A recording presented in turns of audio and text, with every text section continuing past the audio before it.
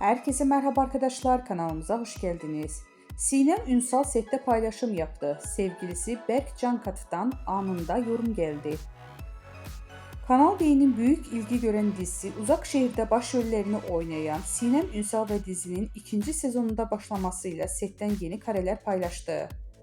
Ünsal sosyal medya hesabının üzerinden yaptığı paylaşımda set atmosferinden dair anıları takipçileriyle paylaştı. Bu paylaşım kısa sürede büyük beğeni toplarken sevgilisi ve aynı zamanda oyuncu olan Berk Cankat'tan anında bir yorum geldi. Sinem Ünsal dizide aile karakterine hayat verirken sette yaptığı paylaşımlarda adından söz ettiriyor. Geçtiğimiz aylarda yeni yaşını kutlayan oyuncu sosyal medyada sevgilisi Berk Cankat'tan gelen romantik doğum günü mesajı ile dikkatleri üzerine çekmişti.